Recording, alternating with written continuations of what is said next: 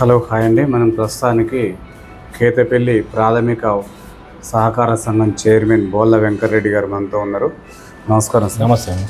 Sir, మీరు ఎప్పుడు చైర్మన్గా జాయిన్ అయ్యారు సార్? అయిన కానించి ఇప్పటి వరకు సంఘానికి ఎలాంటి అభివృద్ధి కార్యక్రమాలు చేస్తున్నారు? మేము ఇప్పుడు దగ్గర 5 సంవత్సరాలు మాది టైం పీరియడ్ అయిపోయిందండి. అయిపోయి కూడా 2-3 మంత్స్ అవుతుంది. మా ప్రభుత్వం మళ్ళీ మాకు 6 నెలలు ఎక్స్టెన్షన్ కూడా ఇచ్చింది.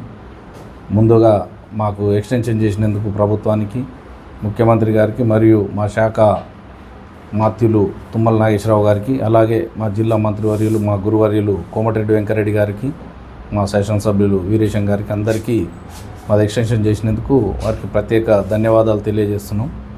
5 సంవత్సరాల కాలం మాది మంచిగా సంతోషంగా హ్యాపీగా రైతులతోటి అనునిత్యం చేసుకుంటూ వాళ్లకు అందుబాటులో వండుకుంటూ మేము కంప్లీట్ చేయడం జరిగింది. దాన్ని దృష్టిలో ఉంచుకొనే ప్రస్తుతం ఎలాంటి పదవులు ఉన్న సర్పంచులు కానీ ఎంపీటీసీలు కానీ ఎవరు అందుబాటులో లేరు కాబట్టి ఈ చైర్మన్లు కూడా లేకపోతే కొంచెం వ్యవస్థ అంతా అస్తవ్యస్తం అయిపోతుందని గవర్నమెంట్ ఆలోచించి మమ్మల్ని మరో 6 నెలల పాటు పొడిగించిందని మాకైతే మంచి సంతృప్తిగా ఉంది, సంతోషంగా ఉందండి, హ్యాపీగా ఉన్నాం. సార్, మీ పదవి పొడిగించడానికి గల కారణాలు ఈ టైంకి ఎప్పుడు మళ్ళీ నూతన ఎన్నికలు జరగాలి, ఎందుకు జరగలేదు? అదే ఇప్పుడు సర్పంచులు ఎంపీటీసీలు పెండింగ్ ఉన్నాయి కదా, సర్పంచులు ఎంపీటీసీలు అయిపోయిన తర్వాతనే ఇక మళ్ళీ ఎలక్షన్ పెట్టాలి. మాకు కూడా మామూలుగా ఎలక్షన్ పెడదాం అనుకుని అవన్నీ పెండింగ్లో ఉన్నప్పుడు ఇవి పెడితే బాగుండదు అన్నట్టు గవర్నమెంట్ ఇక ఏం ఆలోచన ఉందో మనకు తెలియదు కదా. ఖచ్చితంగా ఆ ఎలక్షన్ కూడా మేము సిద్ధంగా ఉన్నాం. ఎప్పుడు ఎలక్షన్ వచ్చినా మేము పుట్లాడడానికి కూడా సిద్ధంగా ఉన్నాం. అట్లేం ప్రాబ్లం లేదండి. ఓకే సార్, ఈ కేతపల్లి సహకార సంఘానికి మీరు చేసిన సేవలు ఎట్లాంటి, మీరు రైతులకు ఎలాంటి సలహా సూచనలు ఇస్తున్నారు సార్? మేము కేతపల్లి మండలంలో వచ్చిన కాంచెల్లి అంతకుముందు ఉన్నదానికంటే ప్యాడీ ప్రొక్యూర్మెంట్ చాలా పెంచినాం, సెంటర్లు చాలా పెంచినాం. రైతులకు అందుబాటులో ఉండకుండా అంతకుముందు ఫెర్టిలైజర్ కూడా లేకుండే, ఫెర్టిలైజర్ కూడా అందుబాటులోకి తీసుకొచ్చి లాస్ట్ టైం మొన్న సంవత్సరం ఫెర్టిలైజర్ కూడా బాగా సేల్ చేసినాం. రైతులకు అందరికీ అందుబాటులో ఉండేటట్టు మేము ఆల్రెడీ ఫెర్టిలైజర్ షాపులు మేము మార్కెట్లో ఇక్కడ పిఎస్సిఎస్ నుంచి స్టార్ట్ చేసిన తర్వాత మిగతా ప్రైవేట్ వాళ్ళు కూడా చాలా వరకు అది 50-60% వాళ్ళ సేల్స్ కూడా డౌన్ అయింది. రైతులకు అన్నిత్యం అందుబాటులో వండుకుంటూ మా స్టాఫ్ కానీ మేము కానీ మా సీఈఓలు మా స్టాఫ్ కూడా అందరూ ప్రతి నిమిషం రైతుల దగ్గరికి వెళ్ళి మన క్రాప్ లోన్లు వసూలు చేయడం కానీ ఏది కూడా అందరూ సహకరించుకుంటూ ప్రతి ఒక్కరు మా డైరెక్టర్లు రైతులతో అందరితో మమేకమై ఒక ఫ్రెండ్లీగా మూవ్ చేసుకుంటూ వెళ్తున్నాము. సార్, మీరు రైతులకు ఎలాంటి లోన్ సౌకర్యాలు కల్పిస్తున్నారు సార్? మేము క్రాప్ లోన్లు ఇస్తాం. మార్టిగేజ్ లోన్లు అంటే అది మా బ్యాంకు మేము ఏమైనా ఉంటే రెఫర్ చేస్తాం తప్ప మాకు ఒక క్రాప్ లోన్లు తప్ప మాకు వేరే అవకాశాలు ఏం లేవు. ఒక క్రాప్ లోన్లు ఒక్కటే ఉంది మాకు అవకాశం. క్రాప్ లోన్లు వీలైనంత వరకు ఇస్తున్నాం. ఇంతకుముందు మా గవర్నమెంట్ కాంగ్రెస్ ప్రభుత్వం వచ్చిన తర్వాత ఇంతకుముందు 1 నెల ఆపితే మిగతా మళ్ళీ 6-7 నెలల దాకా మళ్ళీ ఇవ్వకపోయేది. ఇప్పుడు ఈ కాంగ్రెస్ ప్రభుత్వం వచ్చిన తర్వాత మామూలుగా 365 డేస్లలో ఒక 10-15 రోజులు తప్ప మిగతా రైతులు ఎప్పుడు అడిగినా అప్పుడు మేము అందుబాటులో ఉంటున్నాం, అందుబాటులో ఇస్తున్నాం. మా చైర్మన్ డీసీసీబీ చైర్మన్ కూడా ఇంతకుముందు ఉన్న దానికంటే ఎక్కువ ఎప్పుడు అడిగేటప్పుడు మాకు క్రాప్ లోన్లు కూడా ఇస్తున్నాడు. క్రాప్ లోన్లది కూడా ప్రాబ్లం లేకుండా ఇంతకుముందు ఉన్న దానికంటే చాలా మెరుగ్గా చేసుకుంటూ పోతున్నాం. సార్, రాష్ట్ర ప్రభుత్వం బోనస్ ప్రకటించి సార్ సన్న ఓట్ల ప్రక్రియ మీకు ఇక్కడ ఎంతవరకు అందింది? ఎంతమంది లబ్ధిదారులు ఉన్నారు సార్ ఇక్కడ? సన్న ఓట్ల ప్రక్రియ మేము దగ్గర 16,000 క్వింటాల దాకా కొన్నాం. మేము ఒకటే మార్కెట్ పెట్టినాం, అంటే మండలం మొత్తంలో 2 పెట్టినాం. మా పిఎస్సిఎస్ నుంచి ఒక మార్కెట్ పెట్టినాం. 16,000 క్వింటాల దాకా కొన్నాం. 16,000 క్వింటాలల్లో మ్యాక్సిమం అందరికీ బోనస్ అయితే పడిందండి. ఎవరికి ఏం ప్రాబ్లం జరగలేదు, బోనస్ అందరికీ పడింది. ఓకే సార్, ఇక్కడ ఇప్పటికీ కూడా వడ్లు దిగుమతి కావట్లేదు, మిల్లర్లు కూడా దింపుకోవట్లేరు అంటున్నారు సార్. ఇక్కడున్న సిబ్బంది కానీ సీఈఓలు కానీ ఎవరు రైతులకు అందుబాటులో ఉండట్లేరు అని చెప్పి ఇక్కడున్న రైతులు మా దృష్టి తీసుకొచ్చారు. దీన్ని మీరు ఏ విధంగా పరిష్కరిస్తారు సార్? లేదు, అది వాస్తవం కాదు. మా స్టాఫు ఎక్కడ లారీ ఆగినా ఒకవేళ సపోజ్ ప్రాబ్లం ఏమొస్తుందంటే ఈరోజు లోడ్ చేసిన తర్వాత, ఈరోజు మనం బస్తాలు నింపిన తర్వాత అదే రోజు లారీ రాకపోతే కొంత పేమెంట్ కొంచెం తగ్గే ప్రమాదం ఉంటుంది. అప్పుడు మిల్లర్ కాడికి పోయినప్పుడు పేమెంట్ తక్కువ వస్తుంది.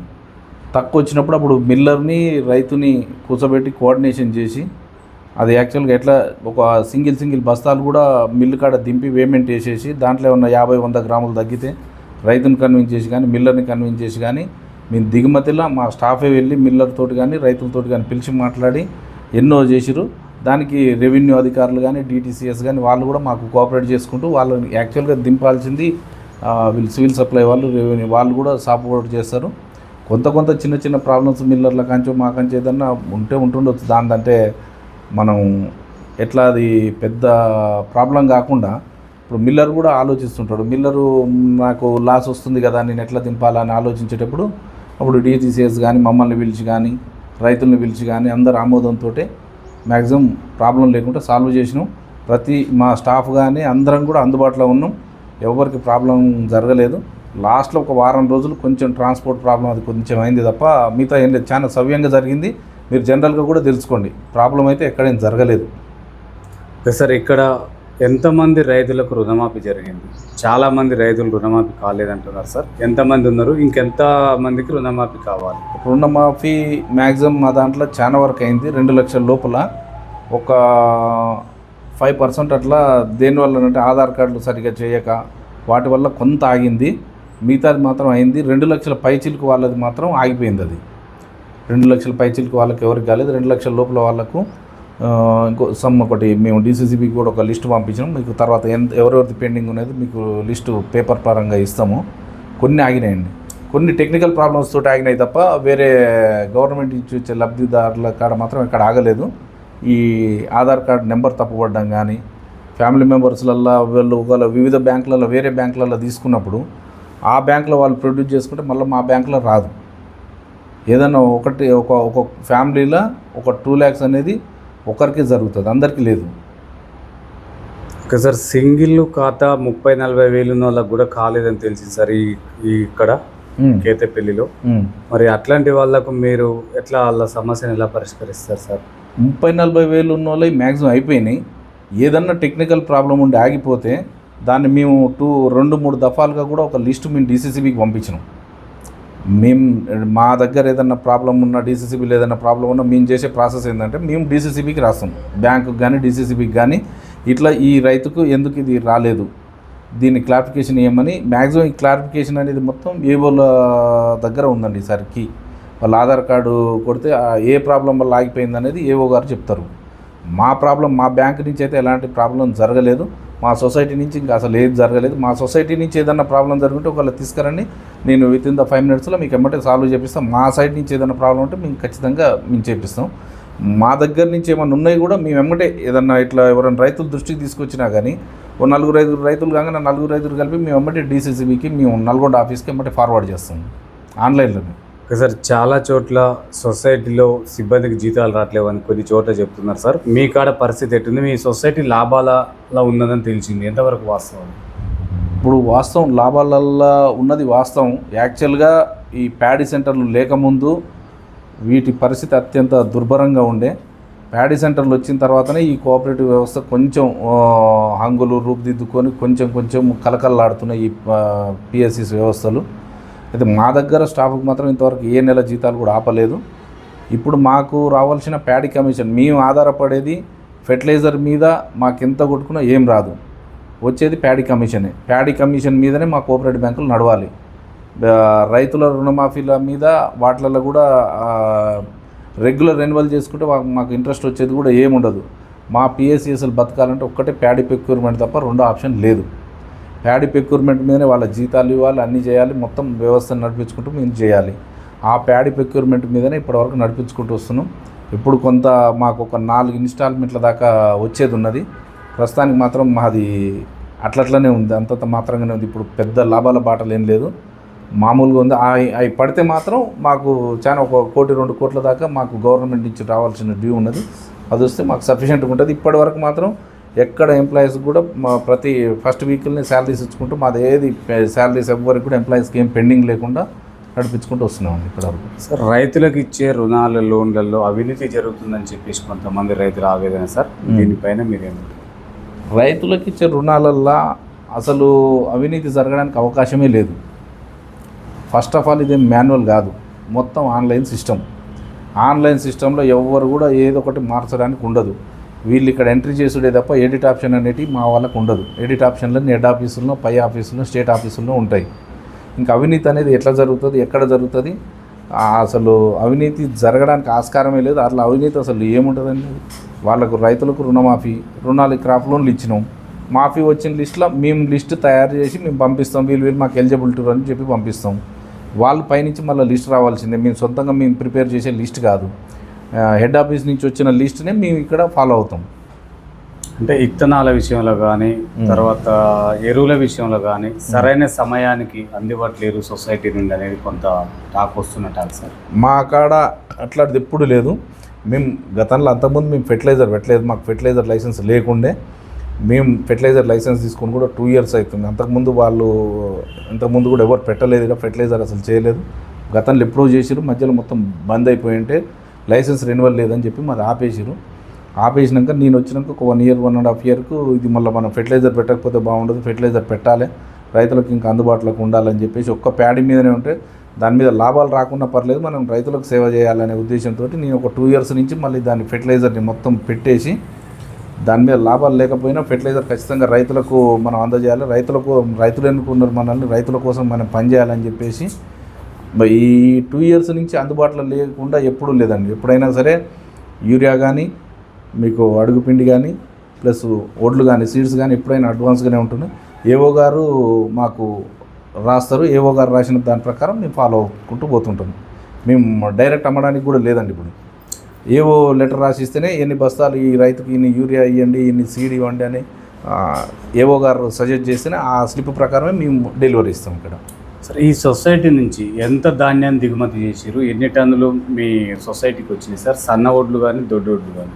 ఇప్పుడు దగ్గర మొత్తం కలిపేసి 1,42,000 మొత్తం 8 సెంటర్లు 2,42,284 క్వింటాలు వచ్చినాయి. వాటిల్లో దగ్గర 16,250 దాకా సన్నోడ్లు, మిగతా 2,26,000 పైచలకు ఇది వచ్చిందండి ప్యాడీ. వీళ్ళందరికీ ఎంత అంటే గిట్టుబాటు ధర ఎంత కల్పించారు, వాళ్ళ ఖాతాలో ఎంత సమయానికి డబ్బులు పడేటట్టు మీరు ఏర్పాట్లు చేస్తున్నారు సార్? గవర్నమెంట్ నిర్ణయించిన రేట్ ప్రకారమే మొత్తం ఏ గ్రేడ్ ప్రకారమే మా దగ్గర. బి గ్రేడ్ కూడా 1-2 లారీలు తప్ప బి గ్రేడ్ ఏం పడలేదు. నాకు తెలిసి బి గ్రేడ్ అయితే అసలు రాలేదు. మొత్తం ఏ గ్రేడ్ లాగానే చేసేసినాం. దానికి మిల్లర్స్ కూడా సహకరించారు. ఎక్కడైనా ఏ గ్రేడే ఇచ్చినాం, ఎక్కడ షార్టేజీలు గిటేజీలు ఏది లేకుండా రైతులకు సవ్యంగా ఒరిజినల్ రేటు గవర్నమెంట్ ఇచ్చిన రేట్ ప్రకారమే 2,320 లెక్క అది క్వింటాల్ కట్టేసి ఇచ్చేసినాం. మొత్తం బిల్లులు పడ్డాయి, ఇంకా కొన్ని పెండింగ్లో ఉన్నాయి. అంటే ఇప్పుడు మేము ట్యాబ్ ఎంట్రీ చేసిన తర్వాత అది మిల్లరు మేము కలిసి గవర్నమెంట్కి ఫార్వర్డ్ చేస్తే గవర్నమెంట్ అప్పుడు బిల్ చేస్తుంది. మేము ట్యాబ్ ఎంట్రీ చేసిన within 2 daysలలో రైతులకు అమౌంట్ పడుతున్నాయి. సార్, రైతుల దగ్గర నుంచి అమానీలు అధిక అంటే వాళ్ళు ఛార్జీలు వసూలు చేస్తున్నారని తెలిసింది సార్ చెప్పినప్పుడు. ఇక్కడ రైతులు చెప్పారు కొంతమంది. ఓకే. అది అక్కడ ఎందుకు లోపాలు జరిగినాయి సార్? రైతుల దగ్గర నుంచి అయితే ఎవరు తీసుకోరు. మాకు తెలియకుండా ఏమైనా జరిగితే మేము చెప్పలేము. మా దృష్టికి ఎవరైనా తీసుకొస్తే మాత్రం మేము ఖచ్చితంగా యాక్షన్ తీసుకుంటాం. దాని మీద రైతులకు గవర్నమెంట్ అమాలి రేటు కల్పిస్తే అమాలి రేటు ప్రకారం వాళ్ళు తీసుకోవాల్సిందే తప్ప వేరే రైతు కంచి ఎలాంటి రూపాయి వాళ్ళు తీసుకోవడానికి లేదు. అట్లా రైతులకు కూడా మేము మస్తుగా హెచ్చరిస్తూనే ఉంటాం. ప్రతిసారి మీటింగ్లు పెట్టి కూడా టామ్ చేపించి కూడా ఎవ్వరు కూడా ఆ గవర్నమెంట్ ఫిక్స్ చేసిన రేటు తప్ప ఎవరు కూడా ఎక్స్ట్రా ఇవ్వద్దు. ఎవరైనా ఇస్తే మాత్రం మాకు సంబంధం లేదు, మా దృష్టికి తీసుకురండి. ఎవరైనా మీరు మిమ్మల్ని ఏమైనా అమాలీలు డిమాండ్ చేస్తే మా దగ్గర తీసుకురండి అని చెప్తుంటాం. అట్లా కూడా మా దగ్గరికి ఏమైనా కంప్లైంట్ రాలేదు. ఏమైనా వస్తే మాత్రం నేను ఆ రైతుని అమాలీని పిలిపించి కూడా నేను మాట్లాడిస్తాను సార్. కొంతమంది అంటే అమానీలు, కొంతమంది రైతులు ఈ కుప్ప ఎత్తాలంటే 2,000 3,000 ఇస్తేనే మేము లోడ్ చేస్తామని చెప్పేసి రైతుల కాంచి డిమాండ్ చేసి వసూలు చేసారు అనేది ఒక టాక్ సార్. కొన్ని సెంటర్లు మీకు ఏర్పాటు చేసిన సెంటర్లు మా దృష్టికి వచ్చింది. ఈ విషయం కోసం ఇక్కడ ఎవరిని సంప్రదించాలన్నా మీ CEO గారు లైన్లోకి రాలేడు. ఈ రోజు మీరు వచ్చారు కాబట్టి ఈ సమస్య మీకు చెప్పడం జరిగింది. లేదు, మేము మా నెంబర్లు ఆల్రెడీ బయట పెట్టినాం. రైతులు ప్రతి సెంటర్లల్లో మాది ఫ్లెక్సీల కాడ కూడా మా నెంబర్లు పెట్టినాం. ఎవరన్నా ఏ దృష్టికి వచ్చినా ప్రతి సెంటర్లల్లో వాళ్ళ CEO అందుబాటులో లేకుండా నేను అందుబాటులో ప్రతి సెంటర్లలో మా ఇన్ఛార్జీలు మాత్రం ఖచ్చితంగా వాళ్ళు సెంటర్లలోనే ఉండరు, ఎక్కడ పోలేదు. ప్రతి ఒక్క సెంటర్ ఇన్ఛార్జీలు సెంటర్లోనే ఉండరు. సెంటర్ల ఇన్ఛార్జీలు ఏదన్నా వాళ్ళ దృష్టికి వచ్చినా నా దృష్టికి వచ్చినా కానీ ఎమ్మటే ఏదైనా లారీలు షార్టేజ్ ఉన్నా బస్తాలు ఏమన్నా రాలేదన్నా కానీ ఇమ్మీడియట్గా సివిల్ సప్లైలతో వాళ్ళతో మాట్లాడి మేము తొందరగా తెప్పిస్తాం. ఆ తెప్పించే దాంట్లో కూడా మేము ముందుంటాం. మాకు అట్లా ప్రాబ్లం అయితే ఏడ రాలేదు. రైతుల కాడ ఇట్లా డిమాండ్ చేసారు అయితే మా దృష్టికి రాలేదు. మా దృష్టికి వస్తే ఈరోజు కాకపోతే రేపు మా దృష్టికి వచ్చినా ఖచ్చితంగా రైతుని హమాలీని ఇద్దరిని పిలిపించి కూడా మాట్లాడి అట్లా ఏమన్నా ఉంటే మళ్ళీ కూడా నేను వాళ్ళ మీద యాక్షన్ తీసుకోవడానికి నేను సిద్ధంగా ఉంటాను. మొత్తం మీ కమిటీలో ఎంతమంది సభ్యులు ఉన్నారు సార్? మా కమిటీలో 13 మంది సభ్యులు. మొత్తం 13 మంది కూడా రైతులకు అందుబాటులో ఉంటున్నారు. 13 మంది రైతులకు అందుబాటులో ఉంటారంటే ఇప్పుడు మేము పెట్టే సెంటర్ల దగ్గర మా డైరెక్టర్లు ఉంటారు. ఇంకా వేరే ఐకేపీలు వేరే పెట్టిన కాడ మామూలుగా ఉంటారు. కానీ మేము పెట్టే సెంటర్లలో ఖచ్చితంగా మా డైరెక్టర్లు పాల్గొనుకుంటూ ఆ సిబ్బందికి కానీ రైతులకు కానీ ప్లస్ ఆ ఇన్ఛార్జీలకు కానీ హెల్ప్ చేసుకుంటూ ఉంటారు. ఓకే సార్, ఇక్కడ మొత్తం పంట మార్పిడి విషయంలో మీ కమిటీ ఏం నిర్ణయం తీసుకుంటుంది?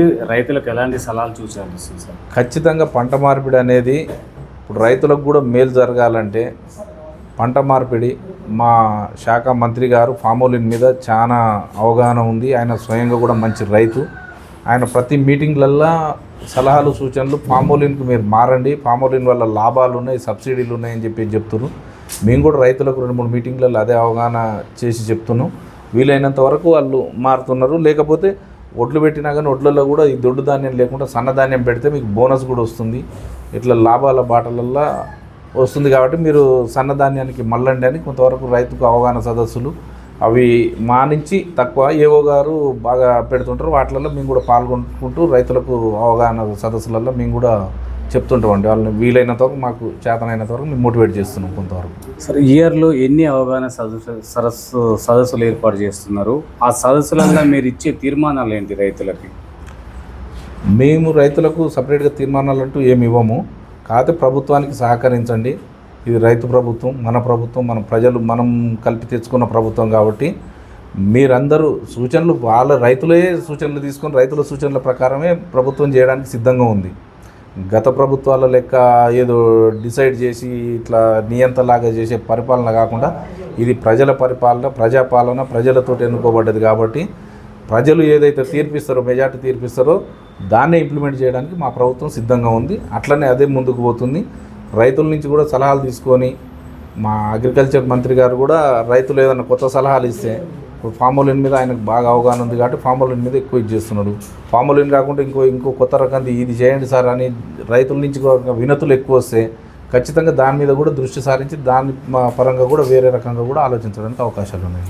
సార్, ఇక్కడున్న కొంతమంది రైతులు వరి కాకుండా పప్పు ధాన్యాలు కానీ కూరగాయ పంటల వైపు ఎందుకు మళ్ళట్లేరు అని క్వశ్చన్ వేసినప్పుడు కోతుల బెడత బాగుంది సార్, దాటి ద్వారా మేము ఏ పంట వేసుకోలేకపోతున్నాం అని అంటున్నారు సార్. ఆ నిర్మూలన గత ప్రభుత్వం విఫలమైందన్నారు. మరి మీ ప్రభుత్వంలో రైతులకు కోతుల నుంచి ఎలాంటి ఉపశమనం కల్పిస్తారు? అదైతే కొన్ని విలేజ్లలో ఉన్నది కోతుల బెడద. మా విలేజ్లో కూడా ఉండే. మా విలేజ్లో ఉంటే మేమే నేను కూడా కొంత అమౌంట్ స్పాన్సర్ చేసి 2-3 టైమ్స్ మేము పట్టేయడం జరిగింది. పట్టించిన తర్వాత అయితే చాలా తగ్గింది. అంతకుముందు 100% ఉండేది, ఇప్పుడు ఒక 90% తగ్గిపోయింది. ఒక 10-15% మాత్రమే ఉంది. మేము గతంలో అప్పుడు ఎమ్మెల్యే ఎలక్షన్లప్పుడు అన్ని విలేజ్లల్లో మా ఎమ్మెల్యే గారి దృష్టికి కూడా వచ్చింది. నకరకల్ టౌన్ వాళ్ళు కూడా మా ఎమ్మెల్యే గారిని రిక్వెస్ట్ చేశారు, ఎట్లన్నా ఈ కోతుల బెడద తగ్గియండి అని చెప్పేసి. ఆయన కూడా ఒక ప్రణాళిక ఆలోచిస్తుండే దాని గురించి, ఎట్లా చేస్తే బెటరు, దాని గురించి ఒకవేళ మనం చేద్దామా, ఏమన్నా గవర్నమెంట్ నుంచి ఏదైనా పాలసీ తీసుకొచ్చి చేయాలన్నా ఎట్లా అనేది మా శాసనసభ్యులు కూడా ఆలోచిస్తున్నారు. దాని మీద ఏదైనా ఒకటి నిర్ణయం తీసుకుంటారు. లేదంటే మా మండలంలో ఎవరైనా మన దృష్టికి తీసుకొచ్చి బాగా ఇబ్బంది ఉన్న విలేజ్లు ఏమన్నా ఉంటే నేను కూడా కొంత స్పాన్సర్ చేయడానికి నేను నా సొంతంగా కొంత నా చేతనైనంత వరకు ఎంతో కొంత స్పాన్సర్ చేయడానికి ఏ విలేజ్కైనా నేను ముందుంటాను. సార్, రాష్ట్ర ప్రభుత్వం 500 బోనస్ ఇచ్చింది, రైతు బీమా పథకం తొలగించింది అంటున్నారు సార్ రైతులు. దీనిపైన మీరు ఏమంటారు? రైతు బీమా ఎక్కడ తొలగించలేదండి. ప్రతి ఒక్క రైతుకు రైతు బీమా ప్రభుత్వం భరిస్తుంది, బోనస్ ఇస్తుంది. బోనస్ ఆల్రెడీ అందరికి ఇచ్చేసింది, ఆల్మోస్ట్ ఆల్ పడిపోయినాయి. ఎవరిదన్నా బోనస్ 100లో ఒక్కరిది పడలేదు అనకుండా ఎవరిదన్నా ఒకరిది ఉంటే మాత్రం అదేమన్నా టెక్నికల్ ప్రాబ్లంతో ఉంటుంది తప్ప గవర్నమెంట్ సైడ్ నుంచి మాత్రం 1% కూడా ప్రాబ్లం లేదు. గవర్నమెంట్ ప్రతి ఒక్కరికి ఇచ్చిన మాట ప్రకారం 500 బోనస్ అందరికి ఇచ్చేసింది. సార్, కేతపల్లి సహకార సంఘం సొసైటీ చైర్మన్ వెంకటరెడ్డి గారు ఎప్పుడో ఒకసారి వచ్చిపోతాడు సెంటర్లకి, ఓకేనా, రైతులకు అందుబాటులో ఉంటుందని కొంతమంది రైతుల వాదన సార్, ఎంతవరకు వాస్తవం? నేను ఆల్రెడీ ఒక 1 ఇయర్ నుంచి నేను డీసీఎంహెచ్ చైర్మన్గా కూడా ఉన్నా. డీసీఎంహెచ్ చైర్మన్గా ఉన్నప్పుడు 2 ఆఫీసులు నాకు ఉండేది. మీరు ఈ 5 సంవత్సరాలలో చూడండి, రైతులకు అందుబాటులలో నేను ఎప్పుడైనా ఉన్నా, ప్రతి మీటింగ్లో కానీ ప్రతి దానికి అటెండ్ అయితేనే ఉన్నా. రెగ్యులర్గా నేను నాది విలేజ్ కూడా ఇక్కడే కాబట్టి నేను హైదరాబాద్లో ఉన్నా కానీ నేను 2-3 డేస్కి ఒకసారి ఖచ్చితంగా ఇక్కడికి సెంటర్కి విజిట్ చేస్తూనే ఉంటా. అందరితో ఫోన్లో ఫాలోఅప్ చేసుకుంటూనే ఉంటా. నా మార్కెట్లలో దగ్గర జిల్లాల మా ఈ సఫిషియెంట్గా జరిగినంత ఫోన్ ఫాలోయింగ్ కానీ ఏది కానీ రైతులకు ఏది ఇబ్బంది జరగకుండా వీలైనంత తొందరలో మేము స్టార్ట్ చేసినాక స్టార్టింగ్ డేట్ ఎండింగ్ డేట్ చూడండి. అన్ని మార్కెట్ల కంటే మాకు చాలా తొందరగా కేతిపల్లి మండలం తొందరగా ప్యాడీ ప్రొక్యూర్మెంట్ క్లోజ్ అవుతుంది. రైతులకు వాళ్ళకి ఇబ్బంది జరగకూడదు. ఒకటి, ప్యాడీ ప్రొక్యూర్మెంట్ చక్కగా జరగాలి, రైతులకు అందుబాటులో విత్తనాలు ఉండాలి, రైతులకు అందుబాటులో సీడ్స్ ఉండాలి. నా సెంటర్ నుంచి యూరియా లేకుండా కానీ, డిఏపి లేకుండా కానీ, ప్లస్ సీడ్స్ లేకుండా కానీ ఏ రోజన్నా ఉన్నదా, ఏ రోజన్నా కంప్లైంట్ వచ్చిందా ఒకసారి మీరే ఆలోచించండి. ఇప్పుడు కాకపోయినా ఒక గత సంవత్సరం నుంచి కూడా మీరు వెరిఫై చేయండి. మా ప్రభుత్వం వచ్చిన తర్వాత ఈ రోజు వరకు కూడా ఏ రోజు కూడా అలాంటి ప్రాబ్లం జరగలేదు. ఖచ్చితంగా మేము అందుబాటులో ఉంటున్నాం. ఎవరికి అందుబాటులో ఉన్నా లేకపోయినా ఫోన్లో కూడా మేము ఎన్నో సమస్యలు పరిష్కరించి కూడా చేసేసినాం. ఓకే సార్, గత ప్రభుత్వం బోనస్ ఇవ్వలేదు, ఈ ప్రభుత్వం బోనస్ ఇచ్చిన తర్వాత దిగుమతి మెరుగైందంటారా? దిగుమతి పెరిగిందండి. ఇప్పుడు ఎట్లాగూ ఇప్పుడు సన్నాల సైడు రైతులు మల్లుతున్నారు. ఇప్పుడు కొంతమందిలో అనుమానాలు ఉండే కొంతమంది రైతులల్లో బోనస్ అంటున్నారు కానీ ఇస్తారా ఇవ్వరా కొంత. ఎందుకంటే ఇప్పుడు సన్నోడ్లకు దొడ్డోడ్లకు తీసుకుంటే కొంత దీనివల్ల అది క్వాంటిటీ ఎక్కువ వస్తుంది, ఇది క్వాంటిటీ సన్నోడ్లో తక్కువ వస్తుంది. మళ్ళీ అప్పుడు మనం రెండు రకాలుగా నష్టపోతామని చెప్పేసి రైతులు ఆలోచించినప్పుడు కొంతమంది ధైర్యం చేసిన వాళ్ళకి ఈసారి బోనస్ పడ్డది. కాబట్టి ఈ సంవత్సరం ఖచ్చితంగా సన్నాలు చాలా పెరుగుతాయి, దొడ్డోడ్లు కొంత తగ్గుతాయి. ఎందుకంటే వాళ్ళకి రైతులకు కూడా ఒక అవగాహన వచ్చేసింది. ఎందుకంటే ఈ బోనస్ అనేది ఖచ్చితంగా మాకు పడుతుంది, ప్రాబ్లం లేదనేది ఉంది. కాబట్టి కంపల్సరీ సన్నోడ్లకు రైతులు మలుతారండి ఈసారి. సార్, బోనస్ అనేది ఓన్లీ సన్నవడ్లకు కాకుండా అన్ని పంటలకు కావాలి, కంది, పెసర, ఆముద అట్లాంటి పంటలకు కూడా ఇవ్వాలని రైతుల వాదన సార్. ఇది మీరు ఏమన్నా ప్రభుత్వం దృష్టికి తీసుకెళ్తారా? అంటే నా పరంగా నేను తీసుకెళ్తాను. ఇప్పుడు నా మండలంలో ఉన్న రైతులు నాకు కానీ, మా అగ్రికల్చర్ ఆఫీసర్లకు కానీ ఎవరికన్నా వీళ్ళు వినతి పత్రాలు ఇస్తే ఆ వినతి పత్రాలతో పాటు నా లెటర్ కూడా అటాచ్ చేసుకుంటూ నేను మంత్రి గారి వరకు నా లెటర్ తీసుకుపోయి నేను నా బాధ్యత అలా నేను నిర్వర్తిస్తాను. తర్వాత గవర్నమెంట్ ప్రభుత్వం ఏం డిసైడ్ చేసుకుంటుంది అనేది వాళ్ళు ఆలోచించి తీసుకుంటారు. రైతుల పరంగా మాత్రం రైతుల ఆలోచనలు నేను ప్రభుత్వం దృష్టికి తీసుకుపోతానికి నేను వాళ్ళతో పాటు నేను మమ్మకమై ఇక్కడ అగ్రికల్చర్ ఆఫీసర్, రైతులు వాళ్ళు ఇచ్చిన సజెషన్స్ వాటితో పాటు నాది కూడా నా సజెషన్ నా లెటర్ పెట్టి కూడా సార్ ఇట్లా మా రైతులు దీని మీద ఇట్లా అవగాహన తీసుకొని ఇట్లా వీళ్ళ వినతులు ఇట్లా ఉన్నాయి సార్, వీళ్ళది కూడా మీరు ఏమైనా ఆలోచించండి అని చెప్పేసి మంత్రి గారికి నేను చెప్పగలుగుతున్నాను. ఓకే సార్, ఉపాధి హామీ పనిని వ్యవసాయానికి మళ్లించాలని చెప్పి చాలామంది రైతులు మా దృష్టికి తీసుకొచ్చిన సమస్య. అలా చేస్తే చాలా వరకు వ్యవసాయం అభివృద్ధి చెందుతుంది అంటున్నారు. దీనిపైన మీరేమైనా ప్రభుత్వాల దృష్టికి తీసుకెళ్తారా? సాధ్యమవుతుంది అంటారా? సాధ్యం అవుతుంది, కాకపోవడం లేదు. ఇప్పుడు ఆల్రెడీ కాలువలు కానీ అవి కొన్ని పనులు ఇంతకుముందు చేసిరు కూడా. రైతులకు అగ్రికల్చర్ కాలువలకు తీయడము అది ఉపాధి హామీలో చేసిరు. కొన్ని మిగతా అంటే పర్సనల్గా రైతు చేసే పనుల గురించి అంటే ఇక దాని గురించి ఎట్లుంటుందో చెప్పలేం. కానీ వాళ్ళు 10 మంది రైతులకు ఒక కాలువ తీసిరు అనుకోండి, దాన్ని ఉపాధి హామీలో పెట్టి తీపియచ్చు. అది రైతులకు మేలే జరుగుతుంది కదా. అట్లా చేస్తున్నారు, ఇప్పుడు కూడా చేస్తున్నారు, ఆల్రెడీ ఉన్నది, అది ప్రాసెస్లో ఉన్నది. పర్టికులర్గా ఇప్పుడు నా ఒక భూమి ఉంది, నా భూమికి వరి నాట్లు వేయడానికో వాటికో వీటికో తప్ప మిగతా జనరల్ 10 మంది రైతులకు ఉపయోగపడి పనికైతే కంపల్సరీ ప్రభుత్వం ఆల్రెడీ చేస్తున్నది ఇప్పుడు. ఓకే సార్, ఇక్కడ నకిలీ విత్తనాలు అమ్ముతున్నారని తెలుస్తుంది సార్. ఆ నకిలీ మూటాల పైన రైతులు మోసపోకుండా అలా వాళ్ళకి ఎలాంటి సూచన సలహాలు ఇస్తారు సార్? మనం దాని మీద ఒకటే చెప్తున్నామండి, బ్రాండెడ్ ఇక్కడ అగ్రికల్చర్ ఆఫీసర్ గారిని సంప్రదించి వారు చెప్పిన సెంటర్లల్లో వాళ్ళు చెప్పిన అడ్వైజ్ ప్రకారం ప్రతి ఒక్క రైతులు మీరు వారి అగ్రికల్చర్ ఆఫీసర్ సూచనలు సలహాలు పాటిస్తే చాలా మంచిది. నకిలీ విత్తనాలకు పోయేసి మోసపోయి ఆ నకిలీ విత్తనాలు వేసి రేపు పంట రాక ఆత్మహత్యలు అట్లాంటివి ఎన్నో చూసినాం. కాబట్టి మీరు ఇప్పటికి కూడా ఎలాంటి బ్రోకర్ల వాళ్ళకి కానీ ఎవరికి కానీ మీరు లొంగకుండా మన ప్రభుత్వం అగ్రికల్చర్ ఆఫీసర్లను నియమించింది, వాళ్ళ సూచనలు సలహాలు తీసుకోండి. వాళ్ళ సూచనల సలహాల మేరకు వాళ్ళు ఏదైతే సజెస్ట్ చేస్తారో ఆ బ్రాండ్నే వాడండి. వాడి మీరు రైతు లాభంగా రైతు కలకలలాడితేనే ఈ ప్రభుత్వం కలకలగా ఉంటుంది. రైతు ప్రాబ్లంలో ఉండంటే ప్రభుత్వం కూడా ఏం చేయలేదు, ప్రభుత్వం కూడా ఏం పని చేయనట్టే. అందుకనే మీరు కలకలగా ఉంటేనే ప్రభుత్వం కలకలగా ఉంటుంది. మీరు దళారుల మాటలు నమ్మొద్దు, ఎలాంటి వేరే విత్తనాలు కొనొద్దు. మన అగ్రికల్చర్ ఆఫీసర్, మన ప్రభుత్వం నియమించిన అగ్రికల్చర్ ఆఫీసర్లు వాళ్ళ సూచనలు సలహాలు తీసుకొని వాళ్ళు సజెస్ట్ చేసిన బ్రాండ్ని తీసుకొని ఖచ్చితంగా మీరందరూ మంచిగా ఉండాలని కోరుకుంటున్నాను. సార్ కేంద్రం నుంచి వస్తున్న నిధులను రైతులకు ఏ విధంగా ఉపయోగిస్తున్నారు సార్? కేంద్రం నుంచి వచ్చే మా నిధులు మొత్తం మేము కేంద్రానికే రైతులకే వాడతాం. మాకైతే డైరెక్ట్గా మాకేం రావు.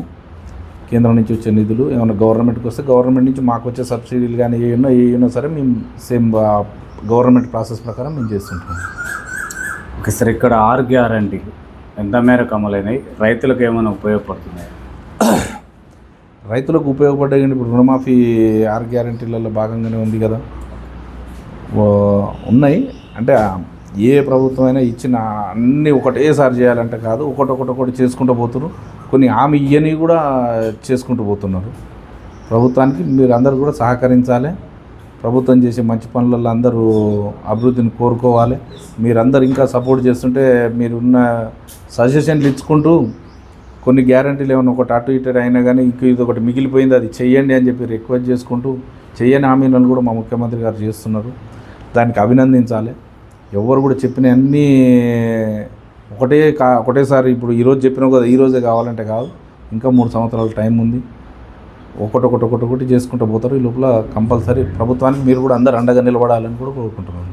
సార్, ఐటీ ఫామ్ల లిఫ్ట్ ఇరిగేషన్ ద్వారా ఏమన్నా న్యాయం జరుగుతుందా? ఇక్కడ ఖచ్చితంగా జరుగుతుందండి, కంపల్సరీ జరుగుతుంది. ఐటీ ఫామ్లో లిఫ్ట్ ఇరిగేషన్ వీలైనంత తొందరలో కూడా మొన్న మా ఇరిగేషన్ మంత్రి గారు కానీ మా కోమటిరెడ్డి వెంకరెడ్డి గారు కానీ రివ్యూలు చేస్తుండ్రు. వాటి మీద దాన్ని త్వరితగతిన కంప్లీట్ చేయాలని కూడా చూస్తున్నారు.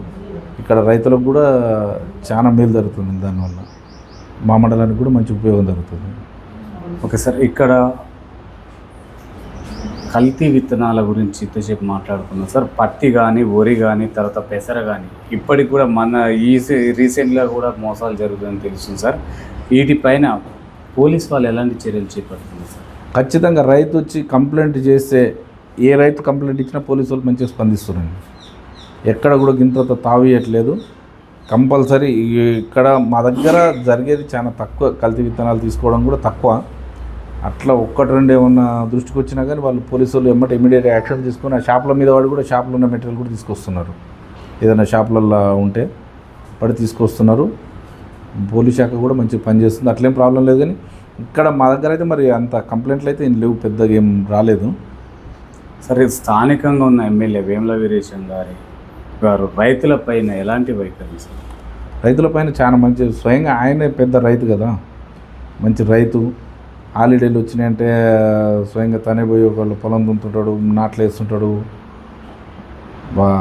అతను రైతు కాబట్టి రైతుల బాధలు కష్టాలు అన్నీ తెలుసు కాబట్టే రైతు ప్రభుత్వంలో ఉన్నాడు.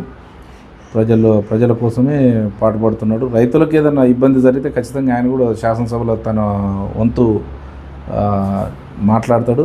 రైతులకు అందుబాటులో 24 గంటలు అందుబాటులో ఉంటాడు. నేనంటే నాకంటే ఎక్కువ అందుబాటులో ఉంటాడండి మా ఎమ్మెల్యే గారు. సార్, ఇక్కడున్న వేముల వీరేశం గారిని మంత్రిగా చూడాలనుకుంటున్నారు కొంతమంది రైతులు. దాని సాధ్యమైందంటారు? ఇంకా అది ప్రభుత్వం ఆలోచించాలి. మనం ఉంటేనే కదా మాలాంటి వాళ్ళది ఉంటుంది. మేము మండల లెవెల్లో మా నాయకుడికి మంత్రి పదవి అని కొట్లాడాలి కదా. మా మంత్రి గారికి ఆయనకు రావాలని మేము ఖచ్చితంగా కోరుకుంటాం. ఆయనకు వస్తే మేమందరం మంత్రులు అయినట్టే కదా, కంపల్సరీ రావాలని. సార్, గత ప్రభుత్వంలో కాళేశ్వరం నీళ్ళు ఇక్కడికి వచ్చినాయండి సార్? కాళేశ్వరం నీళ్ళు మాకేం రావు, ఇక్కడ రావు.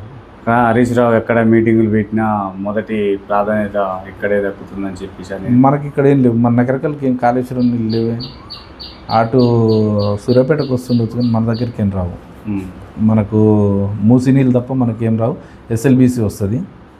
ఎస్ఎల్బీసీలో శ్రీశైలం దానికి కాళేశ్వరానికి ఏం సంబంధం లేదు కదా.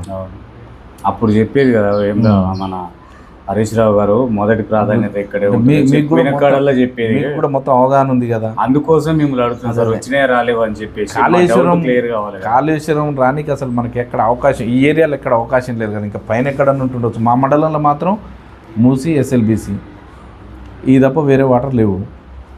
ఎస్ఎల్బీసీ ఇప్పుడు ఉదయ సముద్రం నుంచి వచ్చే వాటర్ ఉన్నాయి కదా, అవి తప్ప వేరే ఏం లేవు. ఇంకా ఆయనకు మరి కాళేశ్వరం నీళ్ళు ల్యానించి తెస్తారు. మాకు అసలు ల్యానించి కెనాల్ ఏడుందో చెప్పాలి, ఆయనే చెప్పాలి హరీష్ రావు గారు. సరే, యువత మొత్తం కూడా నిరుద్యోగ యువత మొత్తం వ్యవసాయానికి మళ్ళాలంటే ఎలాంటి వాళ్ళకు సరఫరాలు చేస్తే బాగుంటుంది అంటే నిరుద్యోగ యువత వ్యవసాయానికి మళ్ళీ కంటే వాళ్ళు మంచి చదువుకొని ఎంప్లాయ్మెంట్ పెంచి వాళ్ళని ఏదన్నా ఇప్పుడు వాళ్ళు చదువుకు సార్థకత కావాలంటే వాళ్ళని వ్యవసాయంకే మళ్ళించే కంటే ఏదన్నా ఉపాధి ప్రైవేటు కొన్ని కంపెనీలు తీసుకొచ్చి గవర్నమెంట్ కూడా ఎక్కువ ఆలోచించి కంపెనీలు తీసుకొచ్చి వాళ్ళని ఎంప్లాయీలుగా చూస్తేనే బాగుంటుంది.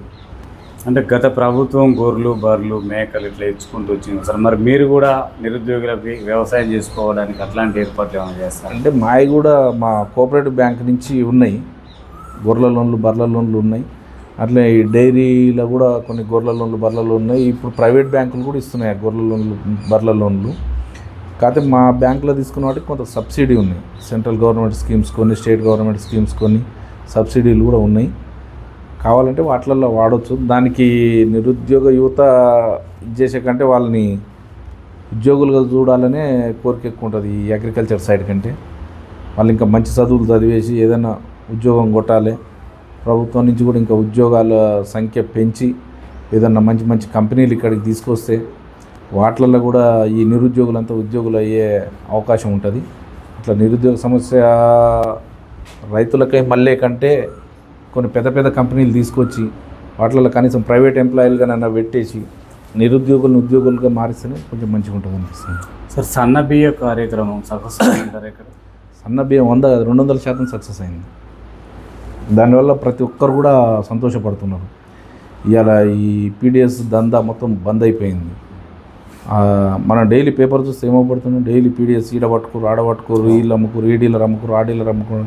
ఇప్పుడు ఏది లేదు. ప్రతి ఒక్క నిరుపేద, ప్రతి ఒక్క రేషన్ కార్డు ఉన్న ప్రతి ఒక్క లబ్ధిదారుడు రేషన్ తీసుకుపోయి ఇప్పుడు అదే రైస్ని వండుకొని తింటున్నాడు.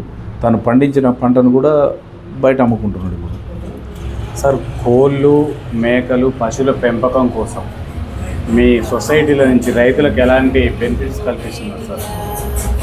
మా సొసైటీ నుంచి అట్లాంటివి ఏం లేవు. ఓన్లీ క్రాప్ లోన్లు తప్ప మేము వాటికి వేరే రుణాలు ఏమి ఇవ్వట్లేము. అది మా డీసీసీబీ నుంచి ఇస్తాము.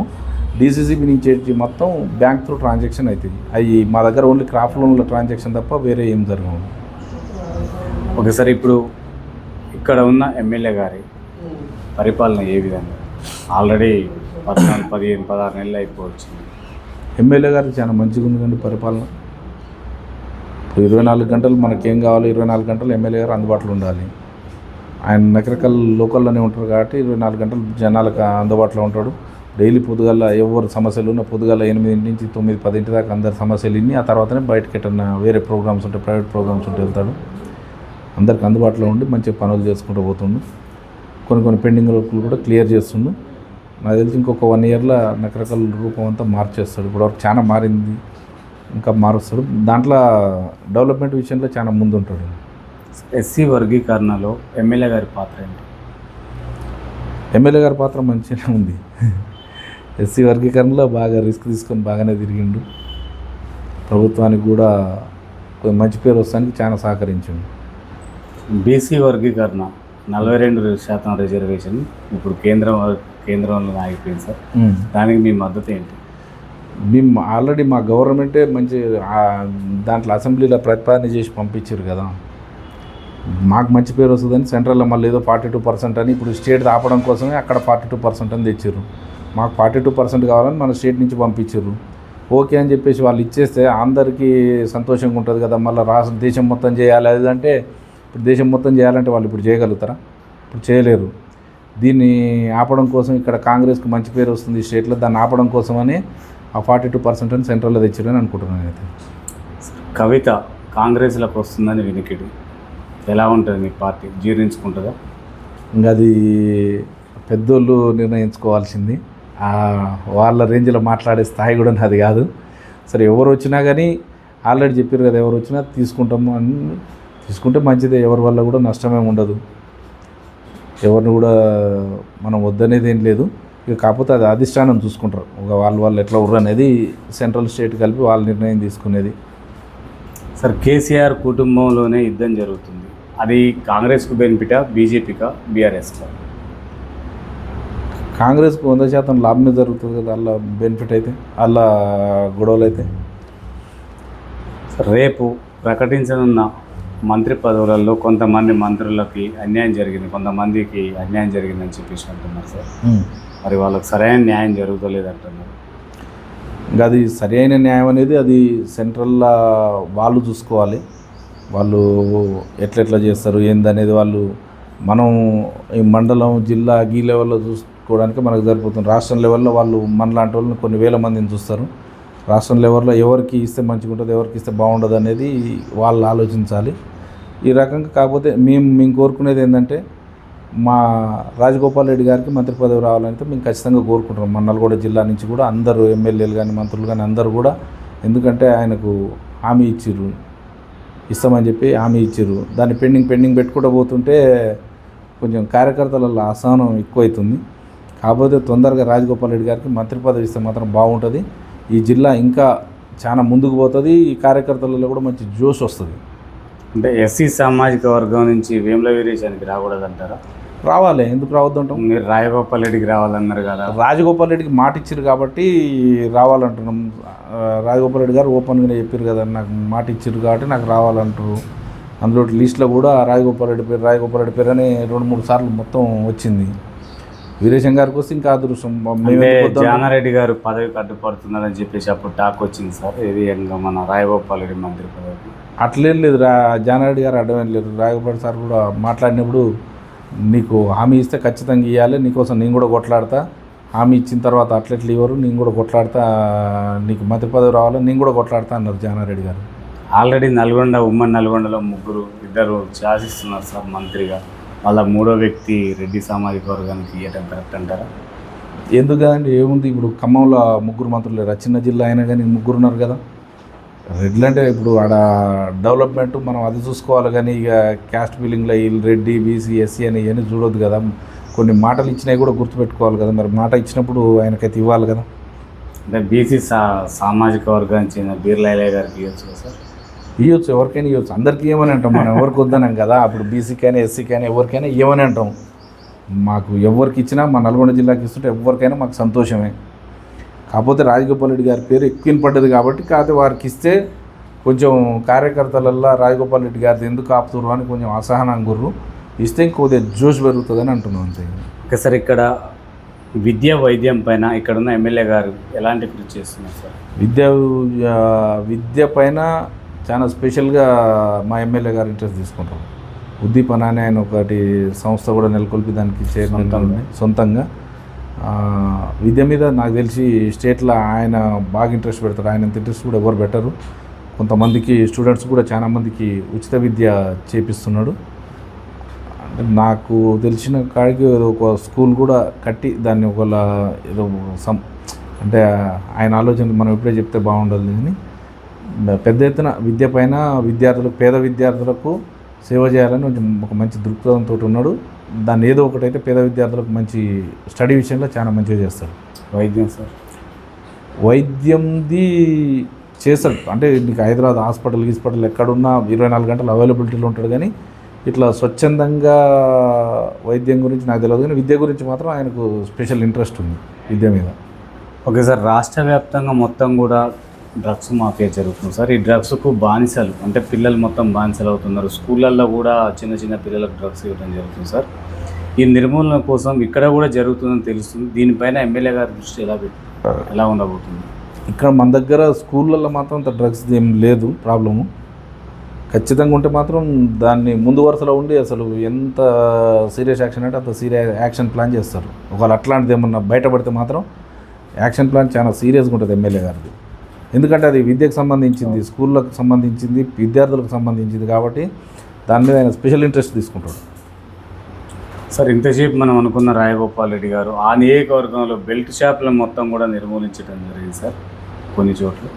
ఇక్కడ మరి ఎమ్మెల్యే గారు అలాంటి కృషి ఏమైనా ఉందా? మరి అది నాకు ఆలోచన ఉన్నంతవరకు అయితే నేను ఎప్పుడు డిస్కస్ చేయలేదు. వాళ్ళ ఆలోచన ఉంటే మంచిదే, అట్లా చేస్తే కూడా మంచిదే. మేము ఎప్పుడు మాకు పర్సనల్ డిస్కషన్ రాలేదు అట్లా. అంటే మీకు తెలిసి ఉండాలి కదా సార్, ఎమ్మెల్యే గారికి మీరు కుడి చేయలాంటి వాళ్ళని తెలిసింది చేయాలంటే అందరికి కూడా ఉంటుంది. కాకపోతే నెక్స్ట్ టైం మళ్ళీ మీకు ఇంటర్వ్యూ ఇచ్చే టైంకి అది కూడా డిసైడ్ చేస్తాం మాట్లాడి. సార్, ఈ రాష్ట్రంలో మహిళలకు ఎలాంటి రక్షణ కలుగుతుంది? గత ప్రభుత్వంలో ఎట్లా ఉంది, ఇప్పుడు ఎట్లాంటి రక్షణ కలుగుతుంది సార్? ఇప్పుడైతే మహిళలకు అంతకుముందు ఉన్నంత కంటే ఇప్పుడు చాలా మంచిగా ఉంది. లా అండ్ ఆర్డర్ కూడా బాగా పనిచేస్తుంది. మీరు గతంలో చూస్తున్నారు కదా, గత ప్రభుత్వానికి ఈ ప్రభుత్వానికి చాలా తేడాలు ఉన్నాయి. క్రైమ్ రేట్ కూడా చాలా తగ్గింది అప్పటికిప్పటికి. ఓకే సార్, ఉచిత బస్సు ఉద్యోగస్తులకైనా నిజంగా నిరుపేదలకు? నిరుపేదలకే పైగా ఆధార్ కార్డు ఉన్న ప్రతి ఒక్క మహిళ ఎక్కుతున్నారు, కానీ నిరుపేదలు ఎక్కువ వాడుతున్నారు. ఉద్యోగస్తులు కూడా కొద్దిగా వాడుతున్నారు. ఇక దాన్ని ఎవరేం చేయలేరు కదా. ఇక దాని మీద డిసిజన్ ఏం లేదు. మార్పులు చేర్పులు ఏం జరగవా? మార్పులు చేర్పులు అయితే ఇప్పట్లో ఏం లేవు. ఏమన్నా మా దృష్టి కూడా ఇంతవరకు అట్లాంటివి ఏం రాలేదు. ఇక అవన్నీ స్టేట్ పాలసీలు ఏమన్నా ఉంటే పైన ఉంటే తెలియదు మనకు. సార్, అంటే ఈ కేతపల్లిలో మొత్తానికి ఈ మండల స్థాయిలో ఇందిరమ్మ ఇండ్లు ఎన్ని రాబోతున్నాయి? ఇప్పుడు అది డిసైడ్ చేసిర్రు కానీ కాన్స్టిట్యున్సీకి నేను డిసైడ్ చేసిర్రు. దాన్ని మండలాల వైజ్గా ఇస్తున్నారు. ఫస్ట్ ఫేజ్ అని ఇస్తున్నారు. తర్వాత ఏమన్నా కొంచెం అటు ఇటు అయితే 1 or 2 months లోపల సెకండ్ ఫేజ్ కూడా పెట్టేసి వీలైనంత వరకు ఈ 5 సంవత్సరాల లోపల ప్రతి ఒక్క పేదవానికి ఇందిరమ్మ ఇండ్లు అయితే ఏ విలేజ్లో పెండింగ్ లేకుండా ఈ 5 సంవత్సరాలలో కంప్లీట్ అయితే చేస్తారు. ఒక 3-4 ఫేజ్లల్లో 6 నెలలకు ఫేజ్ 6 నెలలకు ఫేజ్ అని చేసిన 3-4 ఫేజ్లల్లో ఖచ్చితంగా ప్రతి ఒక్క లబ్ధిదారునికి, అర్హుడైన లబ్ధిదారునికి, అప్లై చేసుకున్న ప్రతి ఒక్కరికి కాదు, అర్హులైన ప్రతి ఒక్క లబ్ధిదారునికి ఈ గవర్నమెంట్ లోపల ప్రతి ఒక్కరికి ఇల్లు అయితే వస్తుంది. ఓకే సార్, ఇక్కడ మొత్తం కూడా సర్పంచ్ ఎన్నికలు ముగిసి 1.5 year అవుతుంది సార్. స్పెషల్ ఆఫీసర్లు వాళ్ళు ఎవరో కూడా తెలుస్తలేదు ప్రజలకి. మరి ఈ సమస్య నుంచి ఓటర్లు ఎప్పుడు బయటపడతారు? కొద్దిగా ఇబ్బంది అయితే గ్రామాల లోపల కొద్దిగా ఇబ్బందులు అయితే అభివృద్ధి లేదు, గ్రామాల పరంగా ఇబ్బందులు అవుతున్నాయి. తొందర ఎలక్షన్ పెట్టాలని మేము కూడా కోరుకుంటున్నాం. మరి దానికి ఏమైనా అడ్డంకులు ఉన్నాయా ఏమున్నాయో అది ఇక గవర్నమెంట్ ఎట్లా ఆలోచిస్తుంది తెలియదు. కానీ విలేజ్ లెవెల్లో మాత్రం చాలా మందికి ఇబ్బందులు అయితే అవుతున్నాయి. ఈ ఒక అధికారి, ఒక మన ప్రజానాయకుడు లేకపోతే ఇబ్బందులు అయితే అవుతున్నాయి. ఎందుకంటే ఆఫీసర్ అంటే వాళ్ళు ఎప్పుడు 24 గంటలు ఆ విలేజ్కి వేసినా కానీ ఆ విలేజ్కి 24 గంటలు అందుబాటులో ఉండడు. కాబట్టి వాళ్ళు అదే ఒక సర్పంచ్ ఎంపీటీసీ ఉంటే ఆ ఊరు జనాలు కనీసం సర్పంచ్ ఇంటికి పోయి ఎంపీటీసీ ఇంటికి పోయి ఏంది ఇదేంది అదేంది అని అడిగితే కొంచెం విలేజ్లు మంచి జరగడానికి ఉంటుంది. సర్పంచ్ ఎంపీటీసీ లేకపోవడం విలేజ్లలో మాత్రం కొద్దిగా ఇబ్బందికరంగానే ఉంది. వెంకటరెడ్డి గారికి చైర్మన్ పదవి అసంతృప్తిగా ఉంది, వేరే పదవి ఆశిస్తున్నారని తెలుస్తుంది. నాకేం లేదు, అట్లేం లేదండి. నేను గవర్నమెంట్ వచ్చిన 2-3 నెలలకే మా మంత్రి గారు కోమటిరెడ్డి వెంకటరెడ్డి గారు నన్ను DCMA చైర్మన్ చేసిండు. అది 8-9 నెలలు కంప్లీట్ చేసుకున్న తర్వాత రెన్యువల్లో మొన్న ఆగిపోయింది. అది మళ్ళా చెప్పలేను, దాని మీద డిసిషన్ తీసుకొని మళ్ళీ ఇవ్వచ్చు అంటున్నారు. ఇస్తే నాకు అది సాటిస్ఫాక్షన్గానే ఉన్నాను. నాకు ఇంకా పెద్ద పదవులు రావాలి అట్లా ఇట్లా అని నాకేం లేదు. కాకపోతే కాంగ్రెస్ టైంలో మేము బాగా ఇబ్బందులు పడ్డాం. అప్పుడు TRS టైంలో బాగా ఇబ్బందులు పడ్డాం. ఎందుకంటే అది దగ్గర 9-10 సంవత్సరాలు మా దాంట్లో గెలిచి ఎమ్మెల్యే అవతల సైడ్ పోయి కూడా మమ్మల్ని ఇబ్బందులు పెట్టిండు. మేము అన్ని ఇబ్బందులు పెట్టినా కానీ ఆ 9.5-10 సంవత్సరాలు ఈ కేతపల్లి మండలంలో నేను PSA చైర్మన్గా కానీ, మా ఎంపీపీ కానీ, సర్పంచులు కానీ, ఎంపీటీసీలు కానీ ఎవరిని పోనీయకుండా ఆ 5 సంవత్సరాలు కూడా అందరిని ఎవరిని పోనీయకుండా నేనే కాపాడుకున్నా.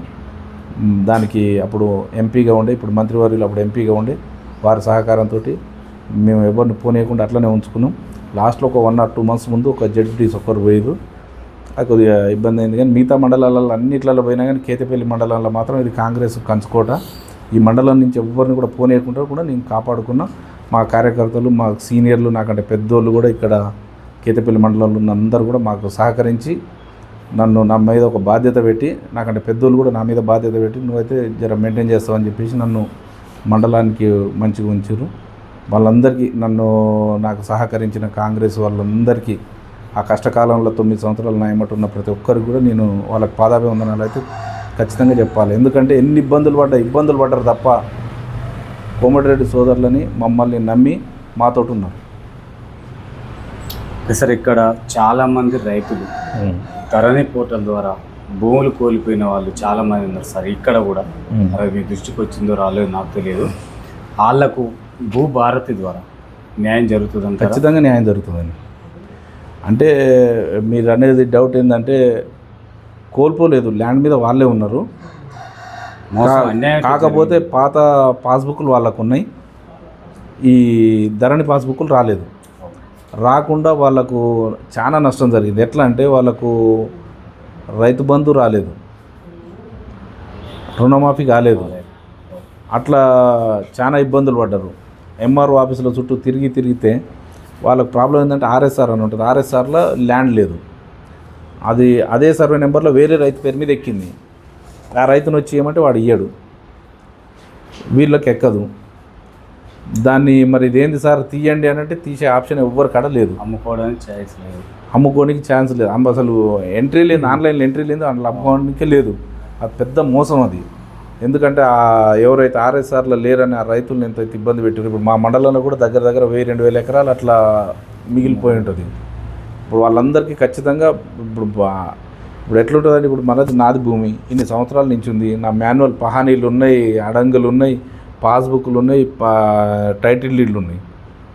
ఉన్న తర్వాత దాని మీద కనీసం యాక్షన్ తీసుకోవడానికి వాళ్ళు వచ్చి కంప్లైంట్ చేసి నేను ఒక రైతుని సరిగ్గా నాకు ఎన్ని ఆధారాలు ఉన్నాయి కానీ మరి ఈరోజు నాకు ధరణి పాస్బుక్ రాలేదు, నా పరిస్థితి ఏంటంటే వాళ్ళని సాల్వ్ చేయడానికి అవకాశం లేదు. ఏమంటే దాంట్లో ధరణిలో ఎడిట్ ఆప్షన్లు రావాలంటారు. ఎడిట్ ఆప్షన్లు రాలేదు ఇంతవరకు. దగ్గర 7-8 సంవత్సరాలు అవుతుంది ధరణి పెట్టి. ఆ ధరణి నుంచి ఈ రోజు వరకు కూడా దాంట్లో ఎడిట్ ఆప్షన్లు రాలేదు. ఇప్పుడు భూభారతిలో అట్లా లేకుండా ఈ ఎడిట్ ఆప్షన్లు మొత్తం ఇప్పుడు జెన్యున్గా నీకు రైతుకు నీకు సంబంధించిన ఈ position, land position plus documents సరిగ్గా ఉంటే ఇప్పుడు నెక్స్ట్ ఎంఆర్ఓకే అవకాశాలు ఇస్తున్నారండి. ఆప్షన్స్ మొత్తం ఎంఆర్ఓకే ఇస్తున్నారు. ఇప్పుడు కలెక్టర్ కార్డు ఉండేది, కలెక్టర్ కార్డు కూడా కొన్ని ఆప్షన్లు లేవు, కొన్ని ఆప్షన్లు ఉన్నాయి. ఆ మొత్తం ఎక్కడో స్టేట్లో ఉండేది, ఆ స్టేట్ దాకా ఎవ్వరు పోరు. వీళ్ళు రైతులు రోజు ఎంఆర్ఓ ఆఫీస్ చుట్టూ తిరిగి నరక యాతన పడిపోయారండి. ఓకే సార్, ఈ కేతపల్లి మండల ప్రజలు ఈ రోడ్డు మార్గం చాలా అంటే యాక్సిడెంట్లు జరుగుతున్నాయి అంటున్నారు, ఫ్లైఓవర్ కావాలని కోరుకుంటున్నారు సార్. మరి ఇక్కడ ఏమన్నా సాధ్యమవుతుందంటే? ఖచ్చితంగా మొన్న కూడా రీసెంట్గా ఒకటి భూభారతి అవగాహన సదస్సులు పెట్టినప్పుడు మా ఎమ్మెల్యే గారు మేము కూడా కలెక్టర్ గారు వస్తే అడిగినాం. కలెక్టర్ గారు కూడా మంచిగా స్పందించారు. ఎమ్మటే నేను లెటర్ పెడితే ఖచ్చితంగా మీకు వస్తుందన్నాడు. అంతకంటే ముందే ఆర్ఎండ్బి మినిస్టర్ గారు కూడా మాకు హామీ ఇచ్చారు, ఖచ్చితంగా కేతపల్లి కాడ అండర్పాస్ చేపిస్తాం. ఇప్పుడు ఎట్లా 8 లేన్ టెండర్ల కాటికి పిలుస్తారు కదా, పిలిచినప్పుడు కంపల్సరీ దీన్ని అది పెడతామని చెప్పారండి. కంపల్సరీ అవుతుంది అది. ఓకే సార్, ఫైనల్గా రైతులకు ఏం చెప్పాలి? రైతులకు ఫైనల్గా నకిలీ విత్తనాల బారిన పడకండి. మన అగ్రికల్చర్ ఆఫీసర్లు సజెస్ట్ చేసే సీడ్సే కొనండి. గవర్నమెంట్ మీకు అందుబాటులో ఉంటుంది. మీరు తెచ్చుకున్న ప్రభుత్వం, మీకోసం పనిచేసే ప్రభుత్వం. మీరే దీంట్లో ప్రభుత్వంలో మీరు కూడా భాగస్వాములే. మీ అందరి దయతోటి ఈ ప్రభుత్వం ఈరోజు వచ్చింది. ఇక్కడ మనం తెచ్చుకున్న ప్రభుత్వానికి మనం అండగా ఉండి మన ప్రభుత్వాన్ని మంచిగా నడిపించుకుందాం. మీరందరూ సహకరించాలి. ప్రతి ఒక్కరూ ప్రభుత్వానికి అండగా ఉండాలని రైతులకు సూచించుకుంటూ, ఎక్కడ దళారుల దగ్గర మోసపోవద్దు. మీరు మన ఆఫీసర్లు చెప్పిన ప్రకారం విని వాళ్ళ మాటల ప్రకారం మీరు ఫాలో అవుతుంటే మీకు ఎలాంటి ఇబ్బందులు ఉండవు. ఎవరో దళారులు వచ్చేసి మీకు ఇది తీసుకుంటే అధిక దిగుబడి వస్తుంది అది అని వాళ్ళ మోసపు మాటలు నమ్మి మోసపోకండి. ప్రభుత్వానికి అండగా ఉండండి. మీ అందరినీ ప్రభుత్వం కాపాడుకుంటుంది. సార్, గత ప్రభుత్వం విఆర్ఓ వ్యవస్థను తీసేసి సార్ మీ ప్రభుత్వం వాళ్ళని విధులలోకి తీసుకొని వాళ్ళ ద్వారా అదని చేయించుకునే అవకాశాలు ఉన్నాయి? కంపల్సరీ ఉందండి. ఆల్రెడీ చెప్పారు కదా, అది భూభారతి దాంట్లో అది కూడా ఒక ఆప్షన్ ఉన్నది. కంపల్సరీ వాళ్ళని సేమ్ అదే ప్లేస్లలో తీసుకుంటామని చెప్పేసి హామీ ఇచ్చారు. ఇంప్లిమెంటేషన్ అవుతుండొచ్చు, కొంత టైం పడుతుండొచ్చు, కానీ అది ఉన్నది, తీసుకునే ఆప్షన్ ఉన్నది. సార్, స్థానిక సంస్థ ఎన్నికలు రాబోతున్నాయి సార్. ఓటు అంటే చాలా విలువైంది, దాన్ని అమ్ముకోవడానికి ప్రయత్నం చేస్తారు. ఆ ఓటుని ఉద్దేశించి ఓటర్లకు ఏం చెప్పదలుచుకున్నారు? ఓటర్లకు ఒక్కటే చెప్తున్నాండి, మీకు 24 గంటలు అందుబాటులో ఉండి మీకోసం పనిచేసేటోళ్ళు, మీకు స్పందించేటోళ్ళు, ఓటేయగానే ఇంట్లో పడుకొని మనకు పనిచేయని వాళ్ళని తప్ప ఒక మంచి వ్యక్తిని సూచించుకోండి. అది కూడా మీకు మంచి వ్యక్తి ఎవరు అనిపిస్తే వాళ్ళకు ఓట్లు వేయండి. మంచి వ్యక్తిని సూచించుకోండి. అడ్డగోలుగా ఏదో డబ్బులకు మోసపోయి ఎవరికి పడితే వాళ్ళకి వేసి మళ్ళీ 5 సంవత్సరాలు మీరు వాళ్ళ కింద బానిసలుగా బతకొద్దు. మీరు ఓటు మనకు ఇచ్చిన రాజ్యాంగం ప్రకారం దాన్ని వినియోగించుకోవాలంటే మనం ఎవరికి లొంగిపోకుండా ఉండాలంటే ఒక్కటే, మీరు ఓటుని మంచి వ్యక్తిని సూచించుకొని మంచి వ్యక్తిని ఓటు చేసుకోండి. మన ప్రభుత్వానికి అండగా నిలబడండి. Okay sir, thank you. చూస్తూనే ఉండండి. మీకు